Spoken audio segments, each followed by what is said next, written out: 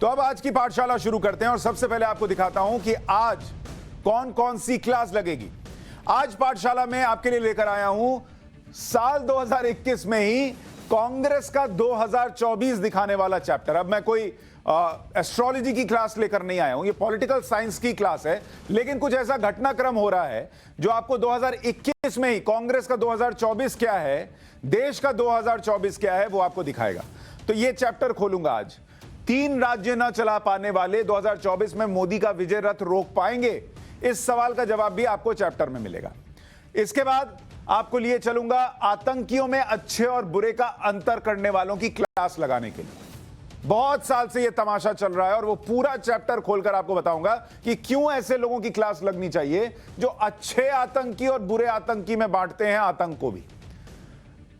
अपने फायदे के लिए दुश्मन को दोस्त बना लेने वालों का चैप्टर भी खुलेगा और आपको बताएंगे कि यह दोस्ती कैसे होती है अपने फायदे के लिए, यह भी आपको समझ में आएगा।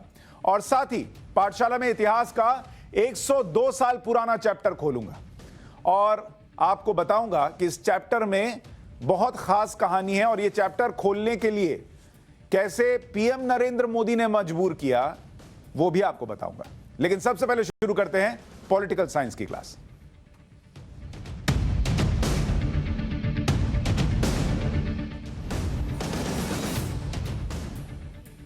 आज पॉलिटिकल साइंस की क्लास जिसमें कांग्रेस का चैप्टर खोल रहा हूं।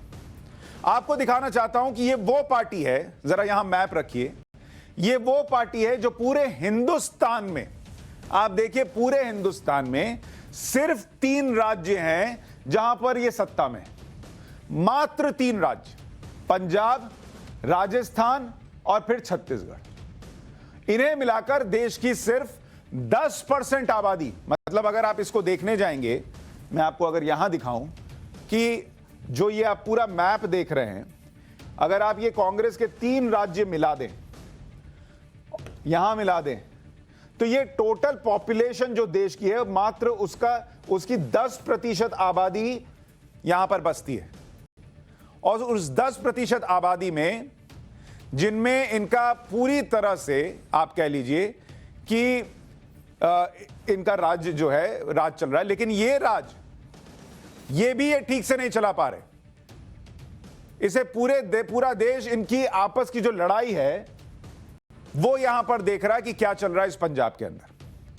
और मैं आपको दिखाना चाहता हूं कि सबसे इसमें आ नहीं रहा, वो देखिए कि कांग्रेस में जो ये झगड़ा चल रहा है वो कितना बढ़ गया है, उसको आप इस तरीके से समझिए कि छत्तीसगढ़ में भूपेश बघेल वर्सेस टीएस सिंहदेव चल रहा है और यह 2.5 साल का कार्यकाल हुआ है। अब एक ऐसा राज्य है, आप सोचिए, यहां पर 2.5 साल में ही लड़ाई शुरू हो गई है कि ये मौजूदा सीएम है, इनको सीएम बने रहना है और ये चाहते हैं कि इनको सीएम बना दिया जाए।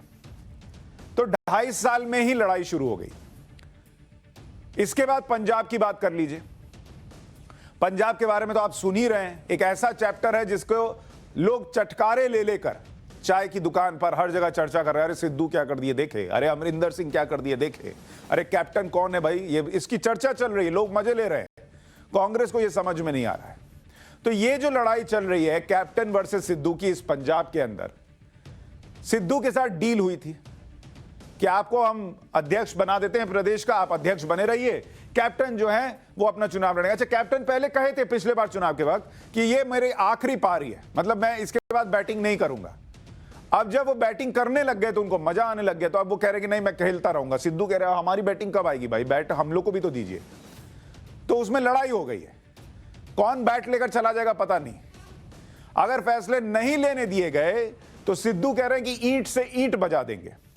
मतलब जिस वक्त इनको कहना चाहिए कि हम बीजेपी को, अकाली को, आम आदमी पार्टी को राज्य में जीतने नहीं देंगे चुनाव में, उनकी ईंट से ईंट बजा देंगे। सिद्धू कह रहे हैं कि हम अपनी ही पार्टी के अंदर ईंट से ईंट बजा देंगे। ये कांग्रेस में ही हो सकता है। राजस्थान का चैप्टर आपको याद होगा, वहां अशोक गहलोत वर्सेस सचिन पायलट, इनकी लड़ाई चल ही रही है। यह मत सोचिए कि सामने नहीं आ रही है तो नहीं चल रही है, किसी भी दिन वहां भी बम फटेगा, वैसी वाली स्थिति है। क्योंकि अशोक गहलोत की तबीयत खराब थी, वो अस्पताल में है, तो अभी वहां मामला थोड़ा शांत है, सीज फायर जैसा हो गया है। लेकिन ये सीज फायर कितने दिन चलेगा कोई नहीं जानता। अब छत्तीसगढ़ के पावर स्ट्रगल का अपडेट क्या है वो आपको बताता हूं, फिर आगे की कहानी बताऊंगा कि कैसे ये 2024 की तस्वीर दिखाता है। भूपेश बघेल दिल्ली आए और राहुल गांधी से मिले। सीएम पद के दावेदार टीएस सिंहदेव भी दिल्ली आ गए। उन्होंने कहा मैं क्यों पीछे रहूं, मैं भी चलता हूं। पूरा झगड़ा 50-50 फॉर्मूले को लेकर है। अब ये अपने आप में बड़ा अनोखा है कि अमूमन ये होता है कि जब आप किसी राज्य में हो और गठबंधन से सरकार बना रहे हो तो ये होता है कि भाई ठीक है, आपकी पार्टी 2-2.5 साल सीएम पद पे रहेगी, हमारी पार्टी 2.5 साल रहेगी। कांग्रेस में अपनी ही पार्टी में 2.5 साल वाला फॉर्मूला हो जाता है। तो कहा यह जा रहा है कि सरकार बनी जब छत्तीसगढ़ में तो 2.5 साल का कार्यकाल तय हुआ। जून में भूपेश बघेल के 2.5 साल पूरे हो गए। अब टीएस सिंहदेव कहते हैं कि अब कुर्सी छोड़ो, भूपेश बघेल कहते हैं काहे का छोड़ो, मैं बैठा हूं 2.5 साल से, अब नहीं उठूंगा। तो छत्तीसगढ़ में कुर्सी का बवाल शुरू हो गया, झगड़ा चल रहा है। राहुल गांधी से कह रहे हैं मेरी कुर्सी खाली कराओ, वो कह रहे हैं मैं उठूंगा नहीं। लेकिन ऐसा नहीं लगता कि टीएस सिंहदेव सरेंडर कर देंगे। उनसे जब सवाल पूछा गया कि कप्तान मतलब आप कप्तान बनना चाहते हैं, तो बोले कप्तान कौन नहीं बनना चाहता है, सबके मन में रहता है कि टीम का कैप्टन बने। अब ऐसा होता है कि अभी वहां टीम इंग्लैंड में खेल रही हो और रोहित शर्मा कहे कि नहीं आधे मैच में विराट कोहली कैप्टन रहेगा, आधे में हम रहेंगे। लेकिन टीएस सिंहदेव क्या रहे, सुन लीजिए एक बार। हमने अपने नेता से सारी बातें कह दी, राजनीतिक बातें भी हुई है, योजनाओं के बारे में, शासकीय योजनाओं के बारे में, छत्तीसगढ़ के प्रदेश के बारे में सारी चर्चाएं हुई। और अंत में मैंने राहुल जी से मैंने आग्रह किया कि आप छत्तीसगढ़ आएं और उन्हें शहर स्वीकार किया। अगले सप्ताह वो आएंगे।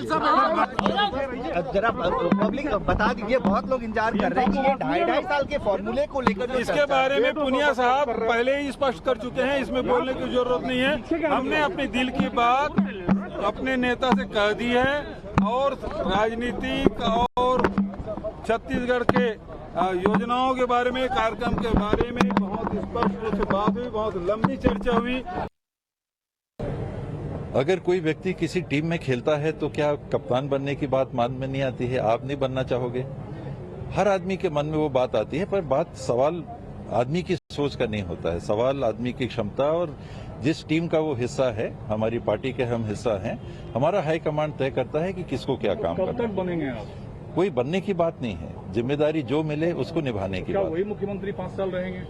50 साल रह सकते हैं, 10 साल रह सकते हैं, 2 साल रह सकते हैं, ये कोई फिक्स नहीं रहता। नाराजगी खत्म है, दोनों आदमी के बीच कोई राइवलरी नहीं है, आप मंत्री बने रहेंगे, मंत्री पद से इस्तीफा नहीं देंगे? राइवलरी तो भाई बहन में भी होती है, वो कोई ऐसी बात नहीं रहती, स्वच्छ बातें रहती हैं। और कहीं प्रतिस्पर्धा होती है तो स्वच्छ प्रतिस्पर्धाएं भी होती हैं। आप बनना चाहते हैं मुख्यमंत्री? जो है पार्टी हाईकमान जिम्मेदारी देगी वो निभाना चाहता हूं। अब दोनों इतना घुमा के बॉल डाल रहे हैं कि पता नहीं चल रहा है। वहां भूपेश बघेल कह रहे हैं कि मैंने दिल की बात कह दी है, दिल की बात कह दी है या डील की बात कह दी है ये अभी नहीं पता चल रहा। और टीएस सिंहदेव कह रहे हैं कि राइवलरी भाई बहन में नहीं होती है। अब वो कौन से भाई बहन की बात कर रहे हैं, वो जो इधर पार्टी के अंदर हैं भाई बहन, या नॉर्मल भाई बहन की कह रहे हैं? और ऐसे कौन से भाई बहन होते हैं भाई कि जो आपस में, जब भाई बहन में राइवलरी ऐसी हो जाए ना टीएस सिंहदेव साहब, तो कागज पे घर का बंटवारा हो जाता है। तो ना हो भाई बहन में तो अच्छा है। खैर, ये वो पार्टी है जो विपक्षी एकता की बात करती है, ये वो पार्टी है जो 2024 के लिए सपने देखती है, ये वो पार्टी है जो देश संभालने की बातें करती है, लेकिन उनसे अपने 3 राज्य नहीं संभल रहे। वो पूरे विपक्ष से कहते हैं आओ हम मिलकर 2024 में नरेंद्र मोदी का विजय रथ रोकेंगे, लेकिन वो अपने यहां जो बवाल हो रहा है उसको नहीं रोक पा रहे। आप सोचिए, मैं आपको दिखाना चाहता हूं, जरा इस चीज को समझिए कि देश की पॉलिटिक्स में आपको यह समझना चाहिए कि यह चल क्या रहा है। जिस छत्तीसगढ़ की बात कर रहे हैं, जहां पर अभी आप देख रहे थे कि बवाल चल रहा है, इस छत्तीसगढ़ का इतिहास देखिए। कोई बहुत पुराना राज्य तो नहीं है, हाल ही में बना। यहां बीजेपी ने 15 साल राज किया, 15 साल। और इस 15 साल में बीजेपी के कितने मुख्यमंत्री रहे? 1 सीएम रहे, रमन सिंह। 1 सीएम 15 साल। और कांग्रेस का आप देख लीजिए, कांग्रेस के अभी कितने साल हुए? 5 साल के लिए चुनकर आए। और ये कितने तक चला? 2003 से 2018 तक चला। बीजेपी रही छत्तीसगढ़ में, कोई रमन सिंह को बोलने वाला नहीं, टोकने वाला नहीं। 15 साल वो आदमी सीएम पद पर बने रहे। अब दिसंबर 2018 में दिसंबर 2018 में कांग्रेस सरकार में आई छत्तीसगढ़ के अंदर। अभी मात्र 2.5 साल बीता है और यहां पर 50-50 कर्जों का हिसाब चल रहा है। अरे भाई, ये क्या बात हुई? सरकार आपकी बनी छत्तीसगढ़ में कांग्रेस के नाम पर, अपने में ही मारा पीटी हो गई 50-50 कर दो। अच्छा, ये एक जगह का हाल नहीं है। अब आपको मध्य प्रदेश का याद दिलाता हूं। एमपी अजब है, एमपी गजब है, कांग्रेस उससे भी गजब है। जिस मध्य प्रदेश की बात कर रहा हूं उसका हाल देखिए कि कांग्रेस कैसे एमपी में भी अजब गजब कर चुकी। यहां पर 2005 से लेकर 2018 तक बीजेपी सत्ता में रही और शिवराज सिंह चौहान, जिनको मामा जी कहा जाता है और अभी मौजूदा सीएम भी हैं, शिवराज सिंह चौहान जो है वो यहां के सीएम रहे। कोई रोकने टोकने वाला नहीं। 15 साल, 13 साल मान के चलिए, 13 साल इनका कार्यकाल चला। दिसंबर 2018 में यहां पर कांग्रेस की सरकार आई, कांग्रेस आ गई यहां पर, और दिसंबर 2018 से ये कितने महीने चला पाए? 15 महीने, यानी 1 साल 3 महीने। और मुख्यमंत्री होते थे कमलनाथ साहब। कमलनाथ साहब के अंदर ही बगावत हो गई। ज्योतिरादित्य सिंधिया को चाहिए था कि मैं बनूं सीएम, कमलनाथ को चाहिए था मैं बनूं सीएम, मैं नहीं छोड़ूंगा करके मारापीटी हुई और हुआ क्या? शिवराज सिंह चौहान फिर से सीएम बन गए। तो कांग्रेस का यह हिसाब है। अब आप पंजाब देख लीजिए, जिस पंजाब की बात कर रहा हूं वहां 5 साल पूरे होने को आ रहे हैं और उसके पहले ही 1 साल पहले, ठीक चुनाव के पहले, वहां मारापीटी चल रही है। चुनाव है सामने और यहां इनका हंगामा चल रहा है। राजस्थान में क्या चला वो आपको बताइए। अच्छा, एक और खास बात है, कांग्रेस जब भी विपक्ष में होती है केंद्र के अंदर, उनके यहां अंदरूनी लड़ाई हो जाती है। यानी केंद्र में कांग्रेस अगर बैठी है विपक्ष में, तो यहां जो अलग अलग राज्य होते हैं वहां राज्यों में बगावतें शुरू हो जाती हैं, ज्यादा होने लगती हैं। और इसकी वजह है, ये बहुत स्वाभाविक भी हो सकता है, लेकिन आप कहें कि इनका एक पार्टी का अपना नेचर भी हो सकता है कि उनमें अंदरूनी लड़ाई छिड़ती है जब वो केंद्र में सत्ता में नहीं होते। इसका बड़ा कारण है पावर स्ट्रगल जो होता है ना, सत्ता की जो लड़ाई होती है उसको कंट्रोल करना इनके लिए हाथ से बाहर चला जाता है, कांग्रेस के लिए। और ये सत्ता की लड़ाई में क्या होता है, लोगों को चाहिए कि उनको कोई पोस्ट मिले, कोई पद मिले, और उनको अगर यहां राज्य में जब नहीं मिलता है तो ऑप्शन क्या होता है कि आप केंद्र में शिफ्ट कर दें किसी को। कांग्रेस में यह नहीं हो पाता क्योंकि वो विपक्ष में बैठे हैं। अच्छा, कांग्रेस के साथ दिक्कत यह रही है कि वो लंबे समय तक इस देश पर राज किए, आजादी के बाद से। तो उनमें अंदर से आ गया है कि हमको सत्ता में ही रहना है। वो जो आप कमलनाथ को देखते हैं, वो जो आप किसी ज्योतिरादित्य सिंधिया को देखते हैं, वो जो आप किसी भूपेश बघेल को देखते हैं, जितने भी कांग्रेसी नेताओं को देखते हैं, उनमें एक छटपटाहट रहती है कि कैसे मैं सत्ता में रहूं, क्योंकि वो उन्होंने इतने साल सत्ता का सुख भोगा है। तो इसलिए वो चाहते हैं कि हमको कहीं तो कुर्सी दो, उनको कुर्सी चाहिए। राज्य में कितनों को कुर्सी दीजिएगा, एक ही सीएम बनाइएगा, मैं ज्यादा डिप्टी सीएम बना दीजिएगा, सबकी अपनी नाक की लड़ाई, मैं डिप्टी सीएम क्यों, इसको बनाओ। अब जब वो केंद्र में सत्ता में होते हैं तो किसी को मिनिस्टर बना दिया, किसी को राज्य मंत्री बना दिया, कुछ कर दिया। अब जब राज्य केंद्र में है नहीं तो फिर राज्यों में बवाल शुरू हो जाता है। उसके नेताओं को सत्ता में रहने की आदत है और ये कारण बनता है। अच्छा, मैं आपको बीजेपी से कंपेयर करके दिखाता हूं, और बीजेपी कांग्रेस इसलिए कर रहा हूं क्योंकि बीजेपी और कांग्रेस दो बड़ी राष्ट्रीय पार्टियां हैं। बीजेपी का हिसाब आपको बताता हूं, बीजेपी ने भी सीएम बदले लेकिन कोई खटपट नहीं हुई। आपको इसका उदाहरण बताता हूं। अभी आपने देखा होगा असम में सीएम बदले गए चुनाव के बाद। वहां पर सर्बानंद सोनोवाल होते थे, उनको हटा दिया गया और उनकी जगह हेमंत बिस्वा शर्मा को लाया गया और यह बड़ी स्मूथली हो गया, कोई दिक्कत नहीं हुई। इनको सेंटर भेज दिया और इनको वहां का सीएम बना दिया, जबकि हेमंत बिस्वा शर्मा कांग्रेस से ही आए थे। कोई खटपट आपको असम में सुनाई नहीं दी, जो इधर से बोल दिया गया हो गया। इसके बाद आपको उत्तराखंड का बताता हूं। उत्तराखंड में भी बीजेपी में बवाल हुआ, 3 सीएम, अभी 3 बार सीएम बदले हैं वहां पर। लेकिन उत्तराखंड में भी 3 बार सीएम बदले तो कोई ऐसी खटपट नहीं हुई कि इस तरीके से टेलीविजन पर बाइट चल रही हो, सिर फोड़ देंगे, ईंट से ईंट बजा देंगे, अपना लाकर समर्थक जो है वो प्रदर्शन चल रहा है दिनों दिन तक, राहुल गांधी यहाँ पर अमित शाह मिल रहे हो, नड्डा जी मिल रहे हो और लंबी लंबी बैठकें चल रही हो, बयानबाजी चल रही है, ये सब कुछ नहीं हुआ। अब आपको कर्नाटक का दिखाता हूं।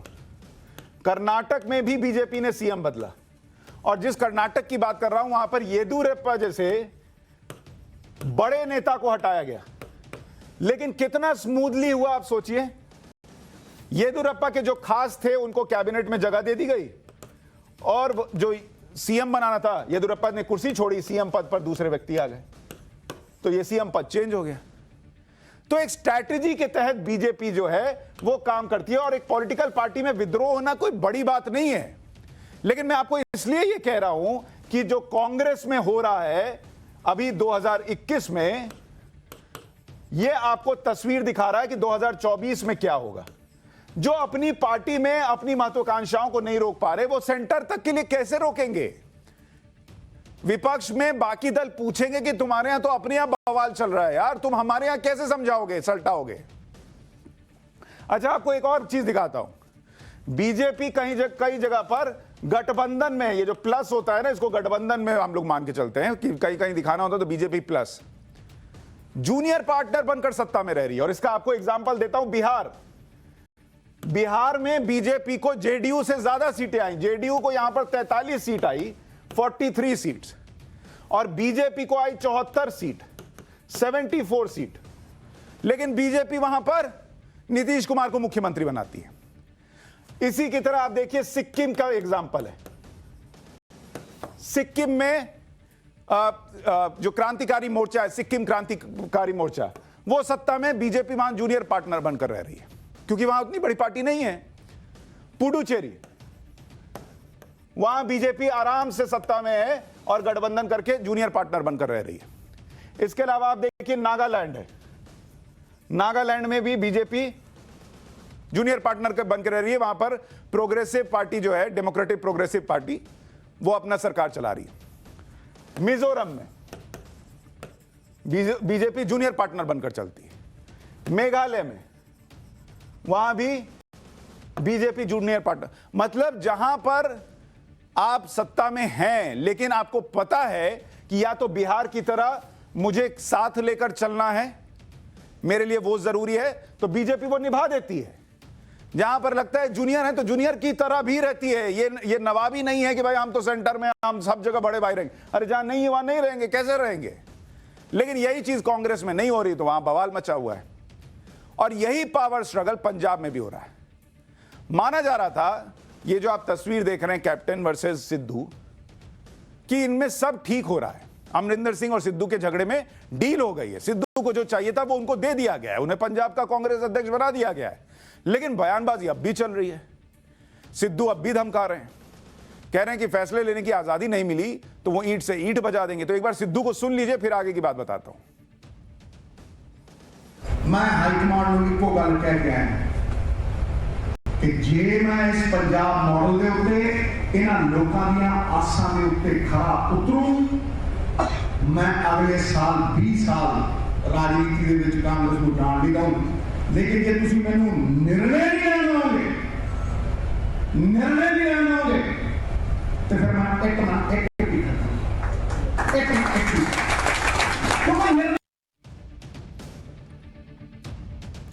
सिद्धू कह रहे ईंट से ईंट बजा दूंगा, निर्णय नहीं लेने देंगे। तो नेता आपस में लड़ रहे हैं। लेकिन कांग्रेस की बेबसी की हालत देखिए। हरीश रावत जो पंजाब के प्रभारी हैं, उनको जिम्मा दिया गया है कांग्रेस में, वो प्रभारी का पद छोड़ देना चाहते हैं। सोचिए क्या हालत होगी कि ये वैसी हालत है कि दो लोग झगड़ रहे हैं और किसी को लगाया गया बड़े भाई को कि तुम सल्टा दो, वो बड़ा भाई पैर पटकता हुआ है कि हमसे नहीं होगा भाई, तुम देख लो। तो अभी हरीश रावत की हालत वो हो गई, उनको भी एक बार सुनिए। पंजाब कांग्रेस के प्रभारी महासचिव हरीश रावत हमारे साथ है बात करने के लिए। रावत सर, सारी बातें तो आपने कह दी कि कोई झमेला नहीं है, मनाने की कोशिश हो रही है, लेकिन तमाम चीजों के बाद आप देहरादून में नेताओं से मिले, आपने कड़ा मैसेज भी दिया, कहा 2022 में कैप्टन की अगुवाई में चुनाव लड़ा जाएगा। सिद्धू को सिर्फ अध्यक्ष बना दिया, पार्टी नहीं दे दी। फिर क्या हो रहा है कांग्रेस में? मैं गायत्री मंत्र का केवल एक बार पाठ करता हूँ। फिर आखिर हो क्या रहा है सर? क्या राहुल गांधी से, आला कमान से आपकी मुलाकात होगी? सोनिया गांधी से मुलाकात जी होगी? जी जी मैं, क्योंकि कुछ साथी हमारे मिले थे, उन्होंने कुछ बातें, कुछ जनरल कैसे चुनाव में 2022 में जीता जा सकता है उसके विषय में जो कुछ कहा है, और कुछ उनके ग्रीवेंसेस तो मैं अपने लेवल पर सेटल कर लूँगा, तो उसका हल निकाल लूँगा। मैंने कैप्टन साहब से बात भी की है, उनके जो उनकी कुछ परेशानियां हैं, और बाकी जो उन्होंने सैद्धांतिक बातें कही हैं उसको मैं कांग्रेस अध्यक्ष के सामने रखूँ। लेकिन सिद्धू जो कह रहे हैं ईंट से ईंट बजा देंगे, मुझे निर्णय नहीं दिया जाता है। मैंने उस पर कह दिया है, उनको पीसीसी प्रेसिडेंट के रूप में जो कुछ हमारे संविधान, जो कुछ हमारे कांग्रेस के ट्रेडिशन अलाउ करते हैं, वो सब उनको छूट है। और इसमें एक बड़ी दिलचस्प बात थी, वो आई नहीं। इसके बाद रंजीता ने उनसे पूछा कि क्या सिद्धू को प्रदेश अध्यक्ष बनाकर गलती कर दी, तो हरीश रावत हंसने लगे और बोले छोड़िए ये सब। तो कांग्रेस में जो प्रभारी है उसकी हालत यह है कि उनके मुंह से ये निकल नहीं पाया कि हाँ नहीं कोई गलती नहीं हुई है। ये इस हद तक मामला बिगड़ गया है। अच्छा, राहुल गांधी का आपको एक एंगल दिखाना चाहता हूं, यह भी बड़ा दिलचस्प है। जब इस तरीके की चीजें हो रही होती हैं तो राहुल गांधी बड़ा फिल्मी डायलॉग एक लेकर आते हैं, वो आपको दिखाता हूं। यह तस्वीर जो आप देख रहे हैं, यह तस्वीर है 15 दिसंबर 2018 की शाम 4:42। और यह तब की तस्वीर है जब सरकार बन रही थी और भूपेश बघेल साहब को चुना गया कि भाई आप सीएम बन जाइए। तब भी टीएस सिंहदेव चाहते थे कि मैं बनूं, राहुल गांधी से मिलने के लिए आए, लेकिन तब यह हुआ कि नहीं, बघेल साहब को बनने दीजिए, 2.5 साल बाद आपको बना देंगे। ये जो जानकारी सूत्र देते हैं उसके हिसाब से ये फॉर्मूला हुआ। लेकिन राहुल गांधी ने क्या लिखा? No matter how brilliant your mind और strategy, if you are playing a solo game you will always lose out to a team Reid Hoffman. मतलब एक उन्होंने बड़ा वाला डायलॉग मार दिया कि आप कितने ही कमाल के और स्ट्रैटेजी बनाने वाले ना हो जाएं, लेकिन अकेले खेलिएगा तो कैसे चलेगा। तो वो उन्होंने बताया कि हमने दोनों को सेट कर दिया है, दोनों टीम है। लेकिन ये पैटर्न है, जब मामला कुछ दिन के लिए झाड़ू लगा के कालीन के नीचे डालते हैं राहुल गांधी, तो ऐसा ही करते हैं। अगला दिखाइए। ये तब का है जब गहलोत साहब और सचिन पायलट में मामला ठना था। ये 2:38 PM 14 December 2018। The United colours of Rajasthan. तो राहुल गांधी जब ऐसी बड़ी बड़ी लाइनें लिखते हैं ट्विटर के ऊपर, तो इसका संकेत यह होता है कि मामला अटका दिया गया है, अभी कुछ सुलझा नहीं है। डायलॉग से इन दोनों के बीच जो ये दूरी है इसको खत्म करने की कोशिश की जा रही है। मतलब डायलॉग में कार्यकर्ता फंसा रहना चाहिए कि सर कह दिए ना यूनाइटेड कलर है राजस्थान में, अब कौन कलर, सब यूनाइटेड है। अगला दिखाइए। आपको पैटर्न दिखा रहा हूं, जब राहुल गांधी ऐसा डायलॉग लिखते हैं तब क्या होता है। ये तीसरी तस्वीर देखिए। The two most powerful warriors are patience and time, Leo Tolstoy, 7:57 13 दिसंबर 2018। ये जो टू मोस्ट पावरफुल वॉरियर्स लिखे थे, यानी धैर्य और समय, वो समय ऐसा पलटा कि ये भाई साहब आज बीजेपी में हैं और ये भाई साहब जो सीएम की कुर्सी पर थे, इनका सीएम पद का जो बोर्ड बाहर लगा हुआ था वो हट गया, अब ये बाहर बैठे हुए हैं।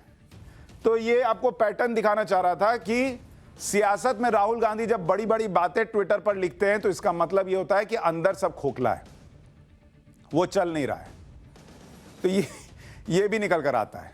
अच्छा, आपको इसमें जब 2024 की तस्वीर दिखा रहा हूं तो आपको देखना चाहिए कि जिन राज्यों की बात कर रहा हूं, यानी छत्तीसगढ़ जहां पर अभी कांग्रेस की सरकार है,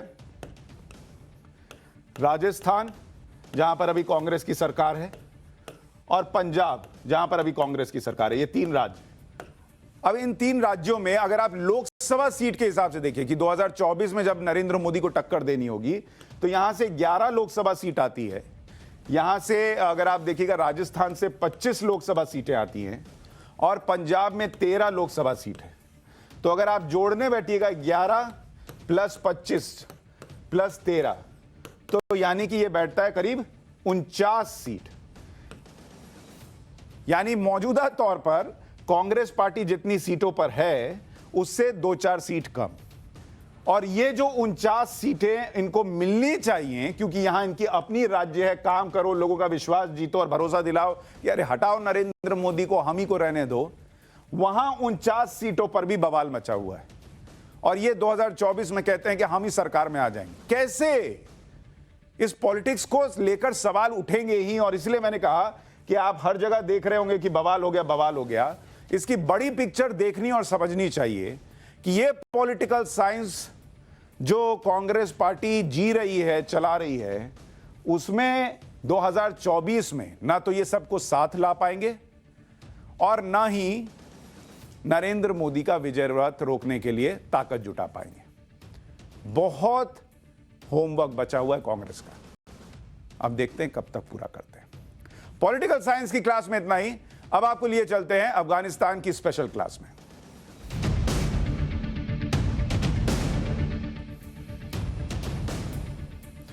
और अब आपको अफगानिस्तान की इस क्लास में बताता हूं कि दुनिया बदल गई, दोस्त बदल गए, दुश्मन बदल गए, लेकिन खेल वही पुराना है। अफगानों के लिए कुछ नहीं बदला। आम अफगानी आज भी पिस रहे हैं। उनको इसी तरीके से अस्पताल जाना पड़ रहा है ब्लास्ट के बाद, और ब्लास्ट के 24 घंटे बाद भी आज भी वही हालत है कि वो एयरपोर्ट के बाहर जमा है कि किसी तरीके से हमको उठा के ले चलो भाई, हमको यहां नहीं रहना। और यहां इस देश के अंदर कुछ लोग कहते हैं तालिबान के लिए ताली ठोकिए बॉस, बहुत कमाल का काम कर रहा है। अरे ब्लास्ट के बाद जब इतनी भीड़ है, इतनी भीड़ ब्लास्ट के बाद, तो आप सोचिए वो तालिबान क्या करता होगा कि लोगों को पता है कि वहां जाएंगे तो मर जाएंगे, कभी बम फट सकता है, लेकिन उसके बावजूद लोगों ने भीड़ लगा रखी है एयरपोर्ट के बाहर। जहां 100 से ज्यादा लोग मारे गए एक ब्लास्ट में, चलने के लिए जगह नहीं थी, वहां 24 घंटे बाद हजारों की भीड़ है। इन्हें मौत से डर नहीं लग रहा है। तालिबानी राज में ये रहना नहीं चाहते हैं क्योंकि वहां रहना मौत से बदतर है। अरे मरने के लिए क्या होगा, आप मरने के लिए एक बार मरते हैं, लेकिन तालिबान के राज में जिंदा रहिएगा तो रोज मरना पड़ता है। और उस मरने से, रोज मरने से बचने के लिए कोई भी खतरा उठाने के लिए तैयार है। यही अफगानिस्तान का आज का सच है। और जो लोग कहते हैं ना कि तालिबान सब संभाल लेगा, तालिबान की आरएसएस से तुलना करते हैं, इस देश में क्या दिक्कतें हैं इससे तुलना करते हैं, वो देखें इस तस्वीर को और समझें कि तालिबान क्या है। वैसे लोग जो तालिबान का समर्थन कर रहे हैं वो अपने आप को और दुनिया को धोखा दे रहे हैं। अफगानिस्तान में हिंसा का एक नया चक्र शुरू हुआ है और इस सच को आप झुठला नहीं सकते। यहां बैठकर नहीं झुठला सकते आप। इसके जिम्मेदार वो लोग हैं जो आतंक में फर्क करते हैं, जो अपने फायदे के लिए किसी को भी दोस्त बनाते हैं, किसी को भी दुश्मन बना लेते हैं। और मैं आपको ये एग्जांपल से समझाता हूं। ऐसे सिर्फ यहां हिंदुस्तान में बसे हुए लोग नहीं हैं, इसमें एक मुल्क है, उसका नाम लिखना चाहता हूं, उसका नाम है अमेरिका। इस मुल्क का इतना पाप ये दुनिया ढो रही है कि आप उसको भूल नहीं सकते। अमेरिका के लिए 2001 में दोस्त कौन था, याद है आपको? अमेरिका के लिए 2001 में दोस्त था नॉर्दर्न अलायंस और Afghanistan. Northern alliance plus Afghan, जो वहां पर अफगानी लोग थे, अफगान की सरकार वो लाना चाहते थे, वो उनके लिए दोस्त थे। 2001 की बात कर रहा हूं। और उनका दुश्मन कौन था 2001 में? इसी अमेरिका का अल-कायदा और तालिबान, ये इनका दुश्मन हुआ करता था। अल-कायदा प्लस तालिबान, ये इनके दुश्मन होते थे। और अब 2021 में क्या हो गया इसी अमेरिका के लिए? अगर आप 2021 के हिसाब से देखिए, ये 2001 है और ये 2021 कर दीजिए, तो उनका दोस्त अब कौन हो गया अमेरिका का? यही तालिबान, जो आपके उनके लिए 2001 में दुश्मन था। अब वो कहते हैं इसी तालिबान के भरोसे हम छोड़ आए हैं अफगानिस्तान को। और इनका नया दुश्मन कौन है? वो ISIS-K हो गया।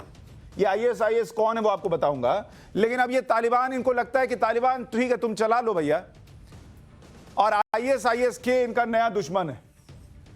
ये कैसे हो सकता है? ये तालिबान कैसे आपका दोस्त हो सकता है? या कैसे आप इस पर छोड़ सकते हैं अफगानिस्तान को? अभी जो बिडेन, जो अमेरिका के राष्ट्रपति, कह रहे हैं we will hunt them and punish them. अरे हंट देम और पनिश देम करना था तो छोड़ के क्यों आए थे? 20 साल में हंट क्यों नहीं किया? और आपको बयान दिखाता हूं, इनका फिल्मी डायलॉग है, या हम उनको छोड़ेंगे नहीं। 2001 से 2021 में क्या बदला आप देखिए। 20 सितंबर 2001 को जॉर्ज डब्ल्यू बुश, तब के तत्कालीन राष्ट्रपति अमेरिका के थे, उनका बयान क्या था? आतंक के खिलाफ हमारी लड़ाई अलकायदा से शुरू हो गई है, लेकिन इसी पर नहीं रुकेगी, इसी पर नहीं रुकेगी।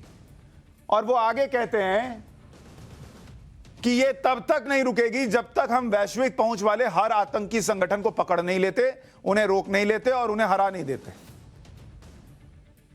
आपने किसको हराने के लिए काम किया, मुझे बताइए? भारत चीख चीख कर कहता रहा जब कि हमारे यहां आतंकवाद है, पाकिस्तान हमारे यहां आतंकी भेजता, इन लोगों को समझ में नहीं आता था क्योंकि इनके अपने घर सुरक्षित थे।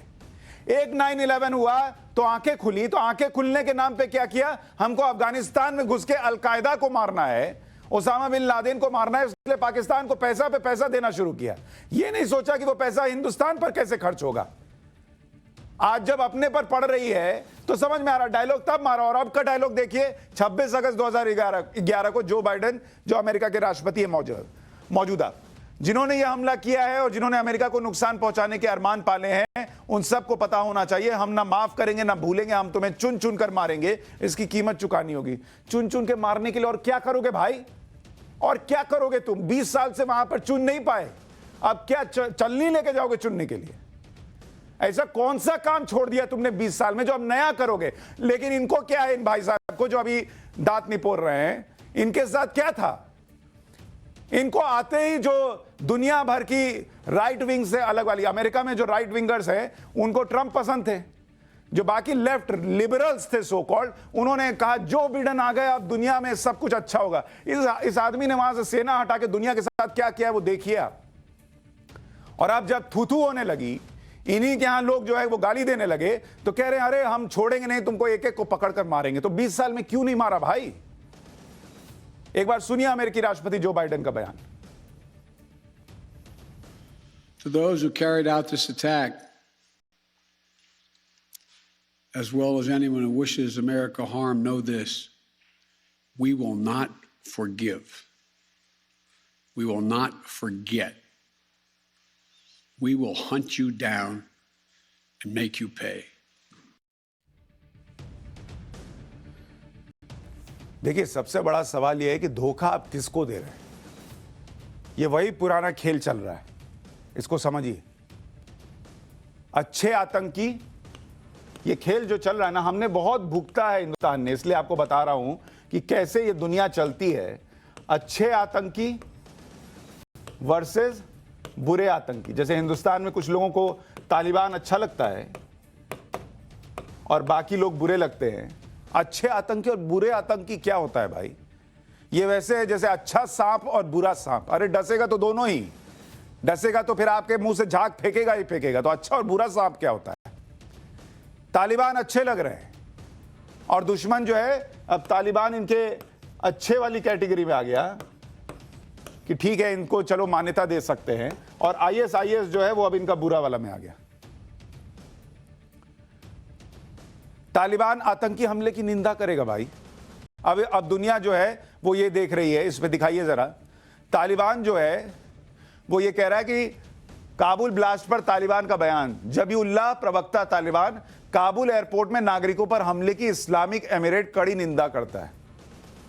कमाल की बात है। इस इलाके की सुरक्षा अमेरिकी फोर्स के पास है। अफगानिस्तान के लोगों को बचाने और सिक्योरिटी में इस्लामिक एमिरेट जुटा हुआ है। ये प्रवक्ता है तालिबान के जबीउल्लाह। किसने सोचा था बताइए कि ऐसा दिन आएगा कि काबुल पर हमले पर तालिबान जो है वो ये कहेगा कि हम आतंकी हमले की निंदा करते। अरे भाई, तुमने छोड़ा क्या है निंदा करने के लिए?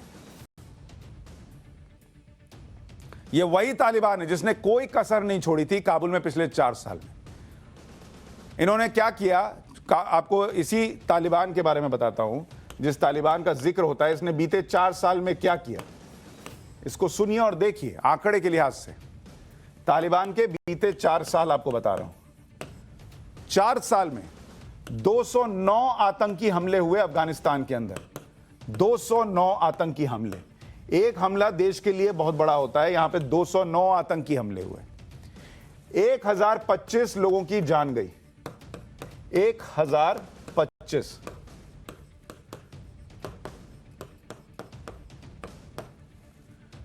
इनमें 40, ये जो आपको हमले बता रहा था 209 आतंकी हमले हुए, इसमें 40 जो हैं वो सुसाइड अटैक थे, यानी आदमी गया और बम मार के फट गया।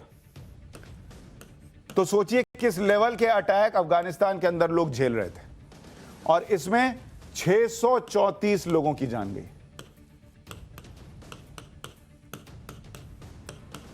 अब बताइए, सुसाइड अटैक में 634 लोगों की जान गई, 209 जो हमले हुए उसमें करीब 1025 लोगों की जान गई, और वो तालिबान कहता है हम हमले की निंदा करते हैं। गजब भाई। अब तालिबान जो कह रहा है उसे हम क्यों मान लें, यह सवाल उठ रहा है। पहली बात, बुधवार को, यानी बुधवार को जब ये शुक्रवार को अटैक हुआ है, माफ कीजिएगा गुरुवार को अटैक हुआ है, उसके पहले बुधवार को अलर्ट आ चुका था कि ऐसा कोई अटैक हो सकता है, और एक ने नहीं, अमेरिका, ब्रिटेन, ऑस्ट्रेलिया सब ने अलर्ट दिया था कि ऐसा अटैक हो सकता है। एयरपोर्ट से भीड़ को हटा लीजिए, यह भी कहा गया था, भीड़ रहेगी, कुछ हो सकता है, यह कहा गया। आपने, तालिबान ने क्यों नहीं हटाया? तालिबान जो है वही है जो कि वहां एयरपोर्ट तक लोगों को जाने दे रहा है। तुमने क्यों नहीं रास्ते बंद कर दिए? क्या ऐसे लोग हो सकते हैं जो तालिबान के मना करने पर भी वहां पहुंच रहे हों या पहुंच गए हों? दूसरी बात, सोमवार को, अभी आपको बुधवार को बता रहा था कि अलर्ट था, सोमवार को जो CIA का चीफ है वो काबुल में थे। CIA यानी अमेरिका की सेंट्रल इंटेलिजेंस एजेंसी, इनके चीफ हैं विलियम बर्न्स। ये मुल्ला बरादर से मीटिंग कर रहे थे, सीक्रेट मीटिंग चल रही थी। कैसे भरोसा कर ले भाई कि तुमको नहीं पता था? तीसरी बात, काबुल के एक चेक पॉइंट पर तालिबान है, एयरपोर्ट जाने वाले एक एक रास्ते पर पहरा है, तालिबान से बचकर एयरपोर्ट जाना मुश्किल है, तो ब्लास्ट कौन करने गया? एक एक चेक पॉइंट आप देख रहे हो, आप नजर रखे हुए हो कि कौन क्या पहन रहा है, कौन क्या ले जा रहा है, तो ब्लास्ट किसके कैसे हो गया, यह सवाल पूछा जाएगा ना आपसे। ISIS का सुसाइड बॉम्बर एयरपोर्ट के गेट तक कैसे पहुंचा, अगर सब जगह आपने अपने लोग बैठा रखे, खड़े कर रखे? तो किसको मूर्ख बनाते हैं निंदा करके? उन लोगों को मौका देते हैं जो इस देश में कहते हैं कि सलाम ठोकिए तालिबान को, कि भाई अरे नहीं नहीं उनको नहीं पता था, बेचारे लोग हैं।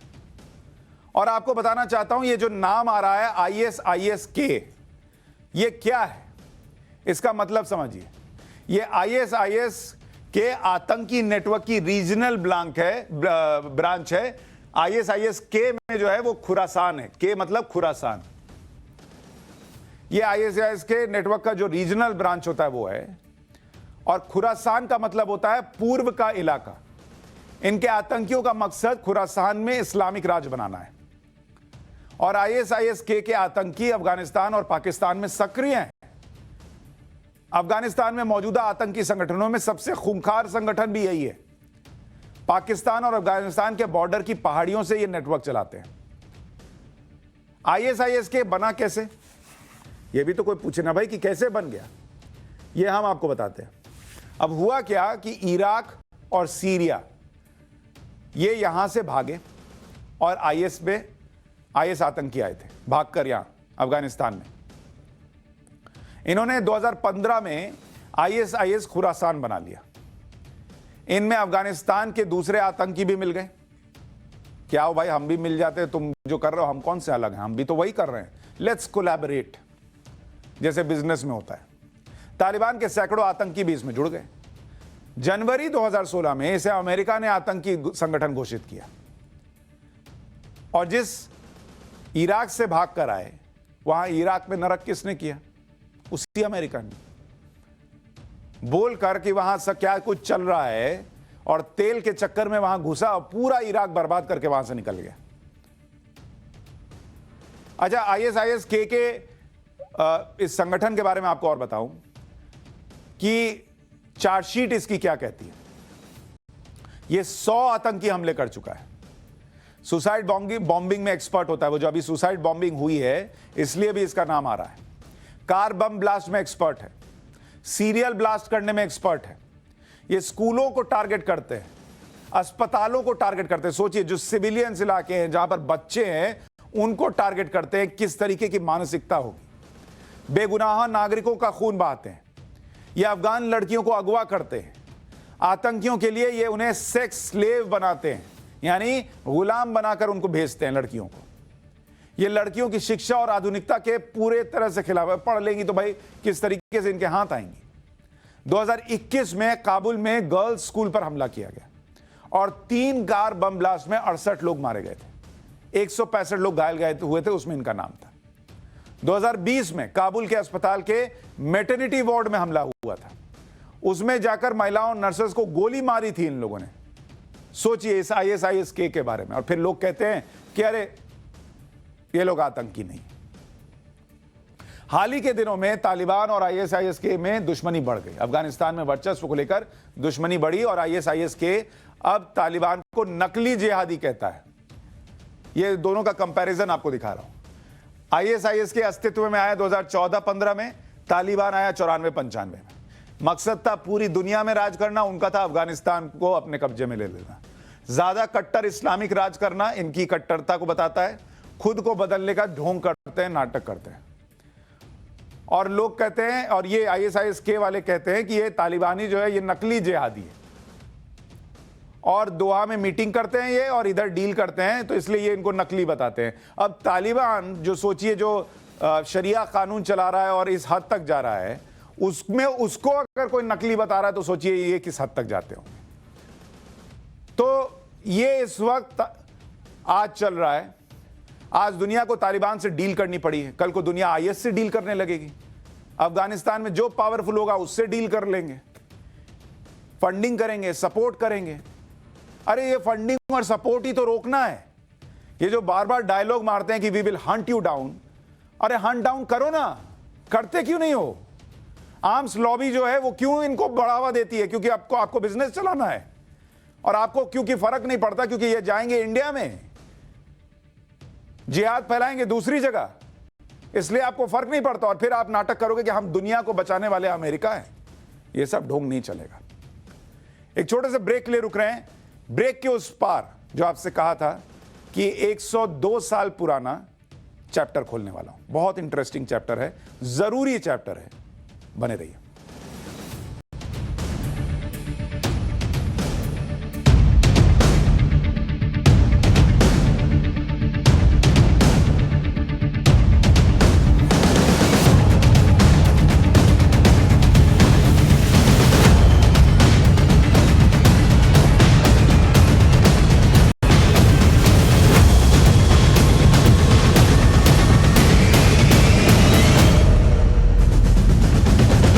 की पाठशाला में आपको लिए चलता हूं हिस्ट्री की क्लास में।